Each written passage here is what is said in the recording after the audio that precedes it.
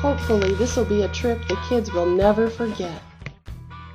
While some families take their vacations on a beach, foreign country, or Disneyland, but we decided to live without electricity for a month in the middle of central Idaho in the Frank Church River of No Return Wilderness. In the United States wilderness, you cannot use any mechanical devices. No cars, no four-wheelers, not even chainsaws. No bicycles even. This is a pretty scary part of the trail, cliffs on the left and right. Pretty much the Shoshone Indians did not use horses as pack animals. They used dogs because the trails in their country are so narrow. Well, those trails led us to our first night's camp spot. I refuse to take my kids any farther along those types of trails. If you see the rock straight ahead of my daughter, well, there's a trail that goes right around it. Yeah, we spent the night here. The next day, the trails weren't scary, but the horses were thirsty because we had to climb up out of the third deepest gorge in North America. To put it in perspective, the Grand Canyon is the fourth deepest gorge in North America. All of this water runs into the Salmon River, which is the second deepest gorge in North America, and that runs into the Snake River, the deepest gorge. Out here, our transportation doesn't really need a whole lot of technology. These are mule turn signals. Here's the way we have to pay today. The deadfalls covered these trails, so we had to cut them out by hand.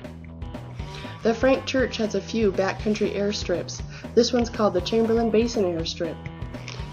Down below the airstrip, there is a piece of ground owned by Fish and Game.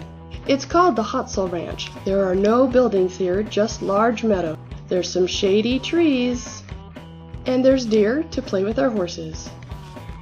We fished in Chamberlain Creek and got to spend a few moments with this steelhead that traveled 700 miles to the Pacific Ocean and back again to spawn. This is a forest about 10 years after a burn. And since those trees can't be harvested because it's a wilderness, this is what it looks like after a second burn. After a couple weeks, we thought Dawson was ready to be a wrangler, but apparently here, the head wrangler is not in the lead. It's the red mule. Now this is the way it's supposed to look.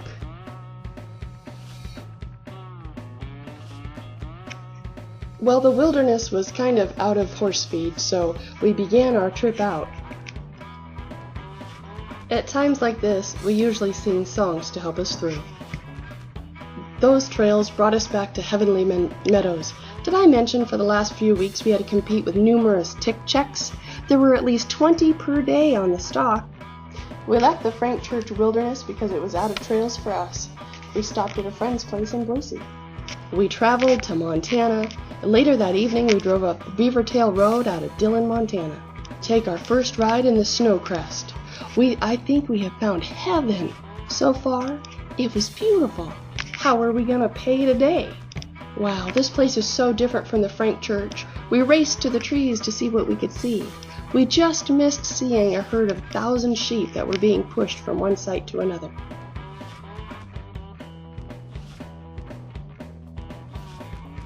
Every year we take a picture of us on our trips for our Christmas card.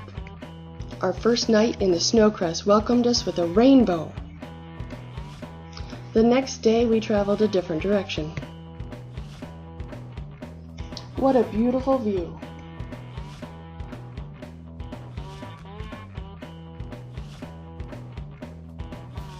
From flowers to snow. We went sledding in July.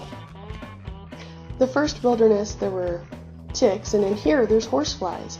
The only way to get away from them is on this windy ridge. About 1,000 miles of horse riding makes a pretty thin shoe. And this ended up being our Christmas picture. We stopped here because my daughter kind of gets sick when she's up high. At this elevation we found fossils from the sea floor. Can you believe that? We headed back down the peak with the wind in our faces.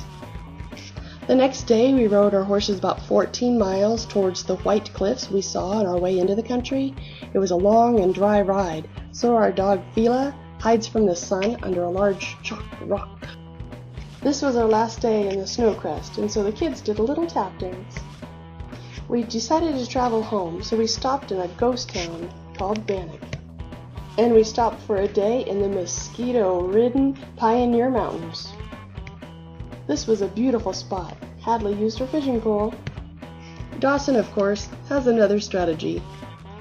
When we finally made it home, the kids immediately went on their own trail ride. Man, I hope they remember this trip forever.